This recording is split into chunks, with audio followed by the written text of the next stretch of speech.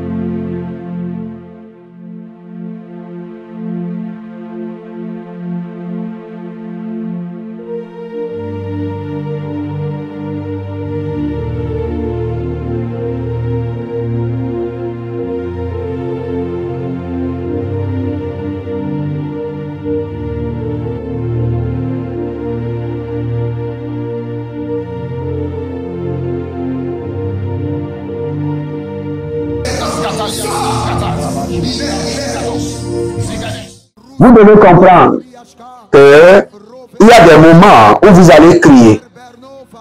Vous allez rester dans la vallée et crier, il n'y aura pas de réponse. Vous allez monter sur les montagnes et crier plus haut et plus fort, il n'y aura pas de réponse. Vous allez mobiliser les hommes et les femmes pour crier avec vous, et il n'y aura pas de réponse. Parce qu'il y a un mode silencieux, dangereux de Dieu. Et vous devez comprendre ce mode, son fonctionnement. Et pourquoi parfois Dieu garde le silence. Et quand vous comprenez cela, vous êtes tranquille. Vous maintenez votre paix. On vous a parlé de la sanctification, vous vous êtes sanctifié. On vous a parlé du jeûne et prière, vous vous êtes lancé. On vous a parlé de bâtir des hôtels, des semences, vous l'avez fait.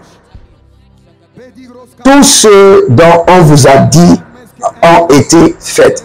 Pourtant, ni signe d'attention, ni réaction. Vous devez savoir que vous êtes dans le mode silencieux de Dieu. Le mode silencieux dangereux de Dieu. C'est pourquoi regardez le psalmiste. Dans le psaume 35, le verset 22. Éternel, tu le vois, ne reste pas en silence, Seigneur. Ne t'éloigne pas de moi, ne reste pas en silence. Parce que le roi David a déjà crié fatigué. Et il dit, mais qu'est-ce qui se passe? Dieu est certainement dans le mode silencieux. Il ne garde pas le silence. Et regardez encore, dans le psaume 81, le verset 1, il dit, cantique des cantiques d'Asaph, ô Dieu, ne reste pas dans le silence. Ne te tais pas et ne te repose pas, ô Dieu. Ça veut dire que le prophète a déjà crié fatigué au point de Dieu, il ne voit ni signe d'attention, ni réaction, ni exaucement, ni mouvement. Il dit, mais qu'est-ce qui se passe dans ma vie? Dieu m'a-t-il oublié? Dieu ne m'aime plus? Non, Dieu ne t'a jamais oublié. Et je ne vous abandonnerai point, je ne vous délaisserai point, en laissant de ton esprit. Et si tu es en train de dire, poser la question, on dit, mais on dirait que Dieu ne m'aime pas. La Bible déclare que quand nous étions encore pécheurs, Christ est mort pour nous, et que Dieu nous a aimés le premier. Il nous a manifesté son amour le premier. Donc, ce n'est pas qu'il ne t'aime pas. Ce n'est pas qu'il ne soucie pas de toi. Ce n'est point qu'il n'a pas de plan pour toi. Il a un plan pour toi. Mais dans sa souveraineté, il y a un mode. Dans la souveraineté de Dieu, il y a un mode qu'on appelle le mode silencieux, dangereux de Dieu. Et que tout enfant de Dieu doit comprendre. Et si vous êtes un serviteur de Dieu, c'est inévitable. Inévitable. Regardez. Et c'est un moment très dangereux de la vie de tout le monde. Regardez. Le roi Saül avait tout fait pour entendre Dieu. Et la Bible déclare que le Seigneur n'a point répondu à Saül, ni par l'Urim, ni par le Thurim. Saül était déjà dans le monde silencieux, dangereux de Dieu. Et ce qu'il lui a fait, il est tombé. Il est allé consulter ceux qui consultent les morts. Donc le monde silencieux, dangereux de Dieu est un monde très compliqué. Mais vous devez comprendre que ce monde fait partie de Dieu, fait partie de sa souveraineté. Et quand vous comprenez cela, vous êtes tranquille. Et vous l'attendez. Et dans sa souveraineté, il s'élèvera en votre faveur. Vous voyez dans le psaume 83, le verset 2, oh Dieu, ne reste pas dans le silence, ne te tais pas et ne te repose pas. Donc vous allez voir, à plusieurs reprises, le roi David a crié à l'Éternel, crié à l'Éternel, crié à l'Éternel, en disant ne te tais pas, ne garde pas le silence. Donc il y a un moment où Dieu se tait et garde le silence et observe et rentre dans le mode silencieux, dangereux qui est dans sa souveraineté. Frères et sœurs, nous pouvons voir dans la Bible à plusieurs reprises. La première histoire, regardez. Deux hommes sont venus vers Dieu. Et ce qui est marrant, Dieu a reçu le sacrifice d'Abel et rejeté le sacrifice de Caïn. Mais quand Caïn voulait tuer Abel, Dieu n'était-il pas là? Dieu était-il en voyage? La Bible dit qu'il ne sommeille ni ne dort. Il n'est pas en voyage. Mais il est là. Mais il était où? Dans son mode silencieux. Tranquille. Parce que dans sa souveraineté, il y a un plan par lequel ce qui est agréé de Dieu doit être exécuté. Jésus agréé de Dieu doit être exécuté pour l'humanité. Et son sang doit toucher le sol. Donc, Caïn faisait quelque chose qui est abominable, mais qui répondait à un plan de la souveraineté de Dieu. Donc Dieu a gardé le silence. À plusieurs reprises dans la Bible. Regardez. Le Seigneur, l'Éternel, était sur son trône. Et le prophète Élisée était sur la montagne. Et priait pour faire déclencher la pluie. Et chaque fois, il envoyait Géasi. Va voir s'il y a la pluie. Et n'oubliez pas, le prophète a déjà annoncé à Achab, il dit, saigne tes reins ou ton âne et rentre parce que la pluie viendra. Donc cela veut dire qu'avant le coucher, le soir, la pluie viendra. Mais, la Bible déclare que Élisée a envoyé Géasi 7 fois pour aller vérifier. Et c'est le 7e fois que Géasi a signalé à Élisée qu'il y a un petit nuage comme un poignet de main d'un enfant. Mais auparavant, Géasi lui a répondu, il n'y a ni signe d'attention, ni réaction, ni signe d'attention.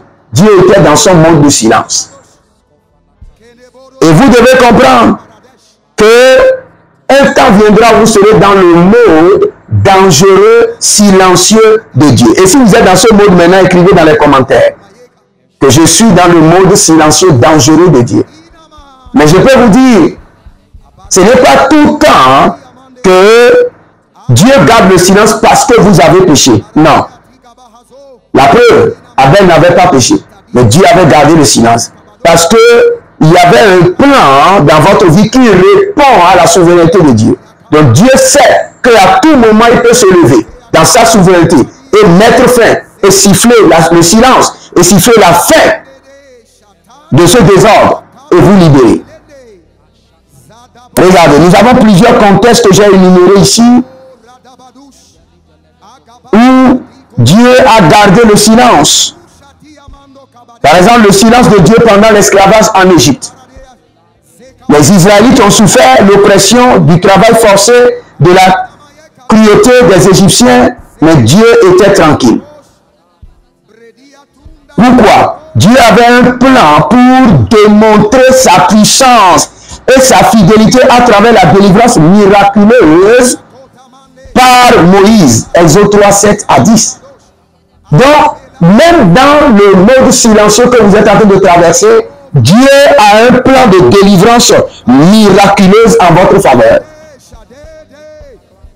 Le silence de Dieu n'est pas une absence ou une préparation pour vous punir. Non, il est là, dans son amour. Mais il garde le silence, il observe et il intervient au moment opportun. Regardez l'histoire un peu de Job. Dans le contexte de Job, la Bible déclare même que Job était un homme juste, mais a subi des pertes catastrophiques. Famille, bien, santé, même ses amis. Et le silence de Dieu a permis à Job de grandir dans la foi et sa compréhension de la souveraineté divine. Et à la fin, Dieu se révèle à Job et restaure tout ce qu'il avait perdu. Le silence dangereux de Dieu. Très dangereux. Et quand vous voyez le silence de Dieu dans les îles de Babylone, vous allez voir qu'après des années de désobéissance, le peuple de Juda a été exilé à Babylone pendant 70 ans. Jérémie 25, 11 à 12. Mais dans tout cela, le silence de Dieu était une conséquence de l'idolâtrie et de leur infidélité. Cependant, Dieu a utilisé cette période pour les purifier et les ramener à lui-même dans son amour. Donc, dans le mode dangereux, silencieux de Dieu, Dieu ne vous a pas oublié, Dieu ne vous a pas livré à vos ennemis, il vous fera certainement grâce. Vous savez, il y a des gens même qui consultent des plus grands prophètes, pourtant ils n'ont rien, parce que Dieu ne veut pas vous donner des informations. Il a dit traverser ce désert. Pas de direction prophétique, pas de consultation prophétique. Traverser le désert. Et vous devez traverser. Maintenant, regarde, le mode silencieux, dangereux de Dieu s'est manifesté même vers Jésus. Élie lama sabatani. Mon Dieu, pourquoi m'as-tu abandonné? Dieu n'a pas épargné son fils Jésus. À un moment tragique. Matthieu 27, le verset 46. Jésus a crié sur la croix. Mon Dieu, pourquoi m'as-tu abandonné? Et vous pouvez voir que le silence de Dieu était nécessaire pour accomplir le plan du salut à travers la mort de Jésus. Dieu a offert la rédemption à l'humanité dans sa souveraineté. Donc là où vous êtes, il y a une rédemption qui est préparée pour vous. Ne vacillez pas, ne chutez pas. Ne compromettez pas votre foi. N'allez pas que quelqu'un ne vous dise, bon, comme tu as tout fait, ça ne répond pas, allons voir le féticheur d'à côté. Allons voir le marabout. Et allons voir telle personne. Et si jamais vous faites ça, c'est fini. Là, le mode silencieux, dangereux de Dieu sera maintenant activé contre vous. Ce n'était pas activé contre vous. C'était activé pour un projet de rédemption, un projet de délivrance. Mais dès que vous vacillez, là vous êtes en danger. Donc, le silence de Dieu face aux persécutions des croyants. Vous devez comprendre, en tant que les croyants, nous souffrons beaucoup dans plusieurs domaines. Mais est-ce que Dieu nous a abandonnés? Non. Chaque fois que je traverse les moments difficiles, je prends Jean chapitre 17 et je relis la prière de Jésus-Christ qu'il a fait pour nous avant de partir. Il dit, Père, ne les abandonne pas dans le monde. Je ne prie pas pour le monde, mais je prie pour eux.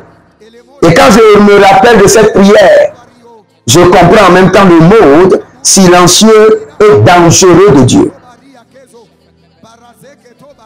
Donc nous avons plusieurs leçons à tirer pour comprendre que dans le mode silencieux et dangereux de Dieu, nous avons la souveraineté de Dieu.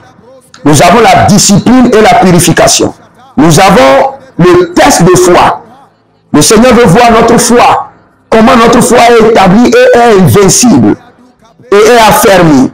Et en fin de compte, le Seigneur accomplit maintenant son plan merveilleux sur nos vies. Donc si vous êtes en train de traverser ce moment où il y a un silence total, sachez que le Seigneur ne vous a pas abandonné.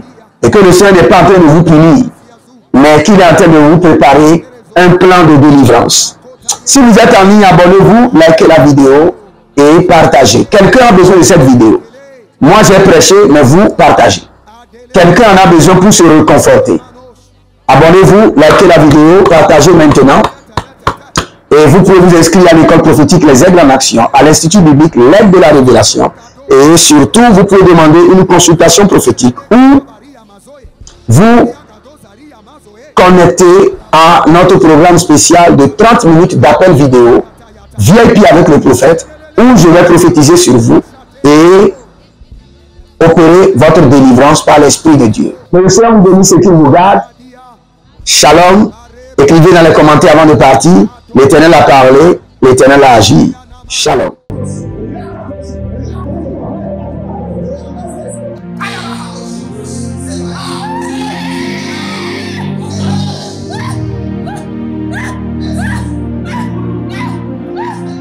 Attention, attention,